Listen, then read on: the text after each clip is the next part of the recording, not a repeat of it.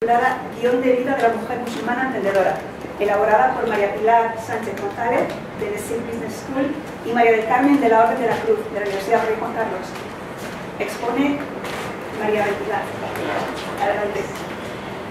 Bueno, buenas tardes. Primero agradecer los cambios que nos han hecho, porque hoy teníamos clase, las dos somos profesoras y jueves y viernes estábamos hasta las 7 ocupadísimas, así que gracias a la organización por los cambios, que sé que esta mañana ha habido ahí como ¿dónde están estas señoras? Parecía que no habíamos venido. Por otro lado, conocer personalmente al profesor Balbuena. Ay, Dios mío, otra vez Balbuena. No, es que en nuestro caso debemos el conocimiento del análisis transnacional a través de su libro, su revista. Entonces, bueno, pues había que dar las gracias y conocerlo personalmente. Luego les saludaremos tanto mi directora de tesis como yo. Bueno, pues nosotras venimos a plantear un tema, creo que completamente distinto a lo que ustedes trabajan. La especialidad de Carmen de la Orden es finanzas, exactamente finanzas islámicas, y la mía es el marketing. Y cuando descubrimos el guión de vida, nos pareció que era perfecto para intentar hacer una investigación y corroborar que efectivamente las mujeres musulmanas pueden salir de ese guión de vida preestablecido y hacer cambios, ¿no? Con todo lo que eso implica de conocimiento del Islam y los prejuicios que hay por las cantidades de noticias que tenemos constantemente. Que duda cabe que no estamos hablando de ese Islam del Estado Islámico, de los talibanes, nada por el estilo. Estamos hablando de los seguidores de una religión que se merecen el máximo respeto porque siguen esa religión como otros seguimos la religión católica o cualquier otra, pero que nos parece que es interesante de trabajar. Entonces, nosotras tenemos un observatorio de estudio académico, el único que hay en España, en la Universidad de Juan Carlos, lo estamos montando para estudiar el consumidor halal, el consumidor musulmán, en todas las áreas, porque pensamos que la religión condiciona el consumo y la vida. Y en el caso del Islam, muchísimo más, porque el Corán, además de marcar las pautas de vida, perdón, de rezar, de sentimiento, la parte anímica, marca las pautas de consumo cotidiano. Dice lo que es halal, lo que es haram, ahora vamos a hablar un poco de eso. Entonces, partiendo de que hemos conseguido crear ese observatorio, que estamos empezando a publicar cosas desde el observatorio lo tenemos en marcha desde el año pasado, vamos a presentar un libro de turismo halal en noviembre. Estamos preparando un próximo libro de finanzas islámicas a partir de enero. Estamos trabajando con un tema muy nuevo, que casi nadie se atreve a hablar de ello. No somos musulmanas, y esto sorprende más todavía, porque nos dedicamos al mundo del marketing y las finanzas, y posiblemente somos más asépticas desde el punto de vista de que como no tenemos esa fe, podemos verlo desde una perspectiva más objetiva. Mi formación, la suya es académica, es economía, y la mía es socióloga, con lo cual yo con todo esto lo que estoy haciendo es sacar esa parte de lo que yo había estudiado en la facultad, aunque me dedico al marketing, bueno, pues trabajar la parte sociológica. Bien, en esta ocasión vamos a hablar del emprendimiento femenino y del emprendimiento femenino musulmán. Y el principal problema que tenemos, o la base de la que partimos, es que queríamos demostrar si el guión de vida de las musulmanas, cuando nacen, cuando empiezan a escolarizarse, socializarse, se puede romper. Y cuántas de ellas, en la sociedad que tenemos actual, lo pueden hacer o no. ¿Y cuál ha sido nuestra sorpresa? Cuando hemos empezado a buscar información y nos hemos encontrado con que no hay casi nada escrito. Y lo que hay tiene unos matices que ahora vamos a comentar. Entonces, partimos de que la religión es una variable súper importante para poder entender el consumo, para nosotros el consumo, pero desde luego el comportamiento en general, ¿no? Y de lo que vamos a hablar es, primero, partiendo del concepto de guión de vida, vamos a hablar de la religión, de un concepto de cultura movible, que tiene mucho que ver con los movimientos de población y con esta localización que tenemos a día de hoy. Luego nos centraremos en el Islam, porque a veces no se conocen los pilares básicos del Islam. Después hablaremos del concepto de la mujer musulmana, que en el Corán se trata de ella, por favor, en un Corán objetivo, no en un Corán en muchas ocasiones occidentalizado, que hace que pensemos que son todos malos los musulmanes. Hay musulmanes hombres que no pegan a sus mujeres. Esa es nuestra visión. De lo que vamos a hablar es de qué investigación académica estamos haciendo y dónde queremos llegar, porque estamos en ello, ¿vale? Bien. Concepto de guión de vida, ante este público nosotras somos absolutamente neófitas, simplemente lo he puesto por una cuestión de deferencia, pero está claro que todos ustedes saben lo que es el guión de vida, con lo cual obviamente era deferencia. Pero vamos a hablar de la importancia de la religión. Porque cada cultura, como ustedes saben, marca un poco la línea de ese guión a través de la religión. Religión o religiones, dependiendo de qué cultura estemos hablando, evidentemente, ¿no? Pero ¿cómo definimos cultura? Porque si vamos a las definiciones tradicionales, nos encontramos con que son bastante estáticas. Y nosotros queríamos buscar algo que fuera movible. Movible en el sentido de que tuviera que ver con la sociedad del siglo XXI. Y en este caso hemos encontrado pues, a Bourdieu y a Rothman, donde hablan de un proceso de cambio que a nivel de cultura se desarrolla y que se puede, digamos, cambiar. Evidentemente estamos hablando de que es algo que permanece, pero que también tiene un proceso de cambio que es importante, ¿no? Bien, desde esa perspectiva, a día de hoy estamos, yo creo, o nosotras creemos, en un momento de cambio espectacular a todos los niveles, ¿no? Ni los ciudadanos son igual que antes, ni los clientes, ni las empresas, ni el mercado. Nos ha cambiado los movimientos de población y nos ha cambiado, nos ha ayudado a ese cambio a la tecnología. El hecho de que en este momento pueda haber alguien que nos pueda estar viendo en Skype o que alguien pueda estar tuiteando cualquier cosa de lo que se está comentando aquí ahora mismo o todo el día, está haciendo que mucha gente que no está presente pueda participar, pueda decir, pueda opinar, nos pueda poner mal en las redes o pueda decir todo lo contrario, ¿no? Entonces, esto está haciendo que la sociedad cambie y desde luego desde el punto de vista empresarial muchísimo más, ¿no?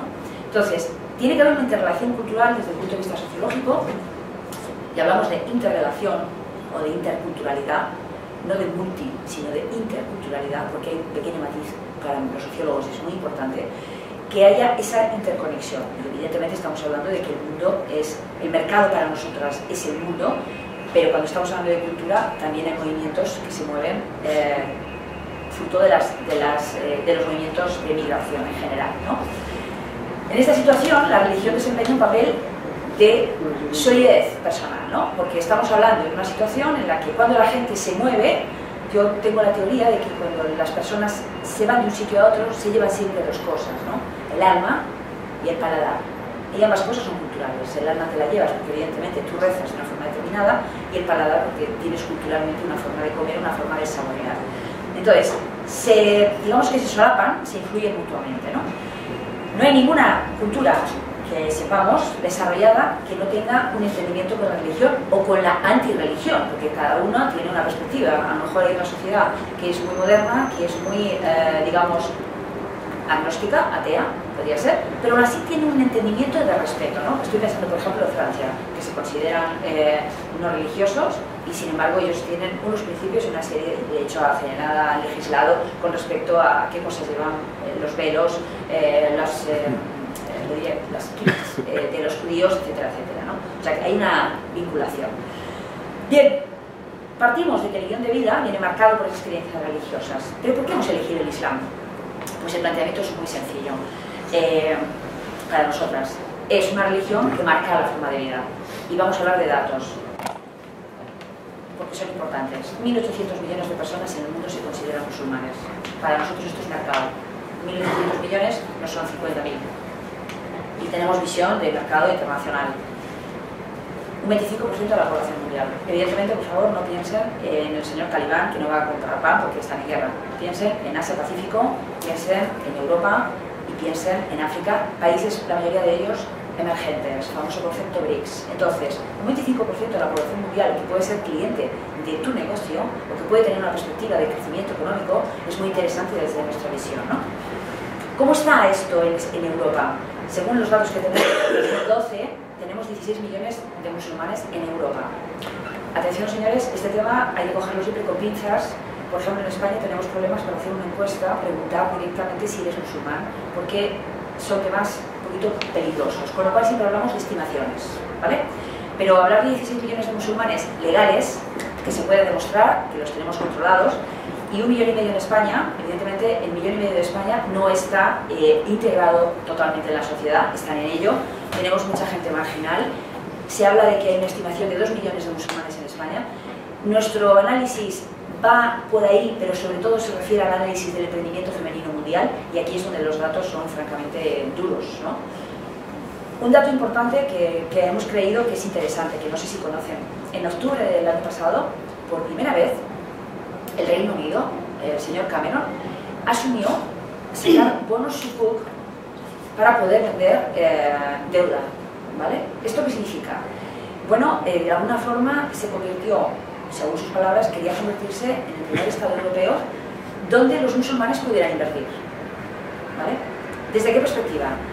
Desde que la perspectiva fuera que todo aquello que significara invertir en ese tipo de bonos significara que fueran éticos y limpios en gestión, en falta de usura, etcétera, etcétera. No sé si conocen que las finanzas islámicas no tienen usura y tienen unas características muy determinadas que han hecho que en este momento de crisis sean de los bancos menos afectados por todo el varapalo de la especulación. Con lo cual, tienen potencial. Otra cuestión es que estamos hablando de que algunos países bueno, pues tienen cierto sistema político que no es precisamente democrático o libertador para el caso de la mujer, que ahora comentaremos que este es el gran problema que nos hemos encontrado, ¿no? Bien, pero ¿cómo es el cliente musulmán? Pues evidentemente es un cliente que vive, actúa, reza y compra según sus creencias. Frente a los que somos católicos, desde luego desde nuestra perspectiva, ellos están muchísimo más mediatizados por todo lo que implica la religión. Bueno, en este caso nos hemos planteado trabajar con el emprendimiento femenino. ¿Por qué? Pues porque trabajamos temas de emprendimiento, sobre todo Carmen, y porque yo estoy haciendo la tesis sobre el consumidor halal y dijimos, ¿por qué no mezclar y hacer un análisis entre la mujer, el emprendimiento y el marketing y ver cómo está esto, ¿no? Y claro, ha sido demoledor. Pues nos hemos encontrado que no hay nada y lo que hay no nos ha gustado nada. Ahora les comentaré. Entonces, primero, ¿qué es el Islam? Pues evidentemente, estos datos imagino que también los conocen, pero yo quiero remarcar los 5 conceptos básicos, ¿no? Que es la profesión de fe, la oración, la limosna perceptiva, el ayuno y la peregrinación. Esos conceptos que son los 5 pilares del Islam, con el que todos ellos se mueven, en mayor o menor medida y con más o menos intensidad, dependiendo del país donde estemos, del grado que tengan de religiosidad, etcétera, etcétera. La limosna perceptiva es un tema muy interesante para economía, porque todos los musulmanes deben de aportar una cantidad de sus ingresos a la mezquita. Es por esto que muchas veces que cuando vamos a determinados países no vemos pobres en la calle de solemnidad, como podemos tener nosotros. Ellos comen al menos. Y de hecho, hay un dato muy curioso, cuando es Ramadán, aquí por ejemplo, bueno, en todas las partes, pero en Madrid, por ejemplo, hay colas en la mezquita de la M30 directamente porque hay como obligación de dar de comer al hambriento. En este sentido hay muchas similitudes con lo que es el catolicismo, ¿no? Aquí alguna vez nos han encontrado con musulmanes que se cuelan españolitos que también tienen hambre, pero como es Ramadán, pues van a ver si comen. Y comen, no les dicen que no a nadie. Esto es una cuestión peculiar, ¿no? Bien, la vida está marcada por algo que es haram y halal. Haram es lo prohibido, por ejemplo, les sonará el concepto de Boko Haram, el grupo terrorista que habla de la educación prohibida, y halal es lo permitido, todo aquello que puede ser apetecible, deseoso, permitido por el Corán, aconsejable. ¿Qué significa esto? ¿Qué significa esto? Pues que nos vamos a plantear si las mujeres pueden tener una actividad emprendedora halal. Si el Corán permite o no permite que la mujer sea emprendedora. ¿Y qué hemos encontrado cuando nos hemos puesto a buscar la parte bibliográfica? Porque nosotros no traemos aquí datos cuantitativos. Esperamos tenerlos para la próxima convocatoria, profesor, ¿vale? Para el año que viene esperamos tener los datos.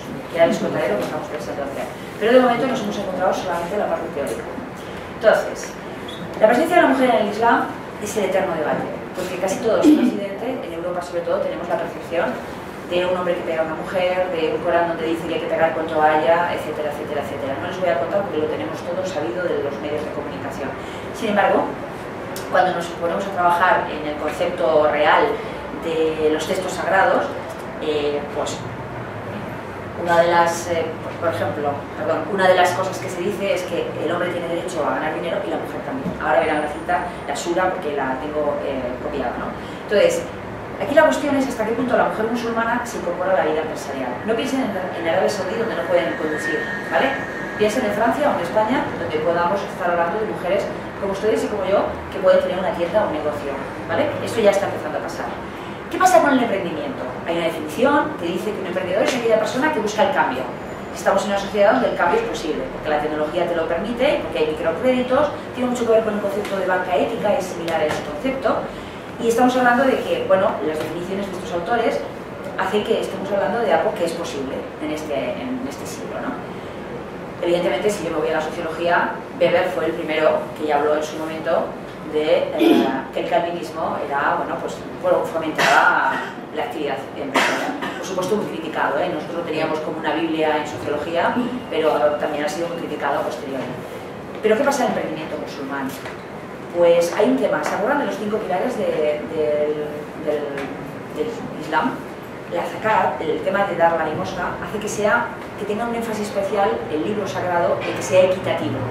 Y en ese sentido, partimos de una sociedad donde se supone que la gente tiene que compartir.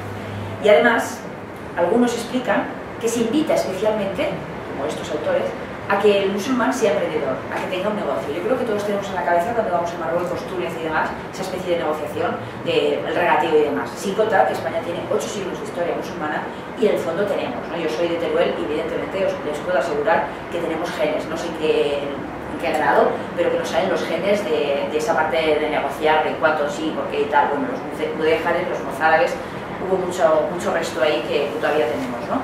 Pero ¿qué pasa en cuanto a la mujer? Bien, esta es la sura que yo les decía. En el Corán, evidentemente hay una tendencia, ¿no? Todos los que hablan del Corán como algo malísimo donde la mujer tiene que estar recluida, en el artículo de la ponencia que hemos añadido a la presentación, aparecen íntegros los textos que hemos encontrado de emprendimiento. Se van a sorprender, bueno, nosotros nos sorprendimos, cuando había como una especie de decálogo y decía la mujer no puede emprender sin el consentimiento del marido, no puede emprender si no lleva velo, no puede hacer esto sin tal, todo muy especificado, ¿no? No estamos hablando de ese tipo de musulmán, eso es lo que hemos encontrado y no nos ha gustado, hablamos de otro tipo de musulmán. Pero en el Corán se hablaba de este concepto, ¿no? De que, bueno, las mujeres también tienen derecho a ganar sus planteamientos, sus inversiones, ¿no? ¿Qué hemos encontrado? Pues hemos encontrado datos, evidentemente, en general, de los países de mayoría musulmana, donde dice que más o menos el 17% son datos tal cual, más o menos ponía en el informe, 17% en el sur de Asia de mujeres son emprendedoras. O sea, está en el mundo empresarial. En Oriente Medio y Norte de África un 17%, en este de Asia y Pacífico un 54,3%, esto nos interesa bastante. En Europa del Este, Asia Central 34%, en África subsahariana 31%, esto es más complicado, y en Latinoamérica y Caribe un 42,7%, ¿no? Estos datos son de 2013, evidentemente pues, prácticamente son recientes, y nos dice un poco el perfil del mundo empresarial. ¿Pero qué pasa en España? Pues en España no tenemos datos. Nos hemos encontrado con que hemos empezado a buscar y no hemos encontrado nada en el entorno académico que hable de empresas, de mujeres, de emprendimiento femenino, musulmán en España. Ni en Europa. Lo que hemos encontrado son esos estudios que no nos han gustado, donde dice que la mujer tiene que hacer esto siempre con el consentimiento del marido, etcétera, etcétera, ¿no? Entonces, ¿qué vamos a hacer? Pues vamos a hacer el primer estudio de mujeres emprendedoras musulmanas en España. ¿Y cómo lo vamos a hacer? Pues lo vamos a hacer, una vez que hemos hecho el análisis teórico, vamos a hacer un estudio específico en España. No sé si conocen que SIC tiene una ONG que da microcréditos, que se llama Orbayu. No se llama ONG, es una fundación, perdón. Bueno, pues acaba de conceder un crédito a una organización en Melilla de mujeres musulmanas emprendedoras. Es decir, de mujeres que van a montar sus propios talleres de costura, etcétera, etcétera. Nuestra primera iniciativa es hacer grupos de discusión con estas personas, intentar aplicar las partes de análisis cualitativo para ver si ellas nos dan ese feedback de guión de vida, que en principio es lo que se supone, el esfuerzo que les está costando cambiar de su forma de vida tradicional. Por favor, ubíquense en Melilla, con todo lo que implica Marruecos, presión y demás. Son mujeres todas separadas, todas han tenido situaciones de divorcio. Y el objetivo es hacer esa investigación para intentar comprobar si van a cambiar su guión de vida. Muchas gracias. Muy bien.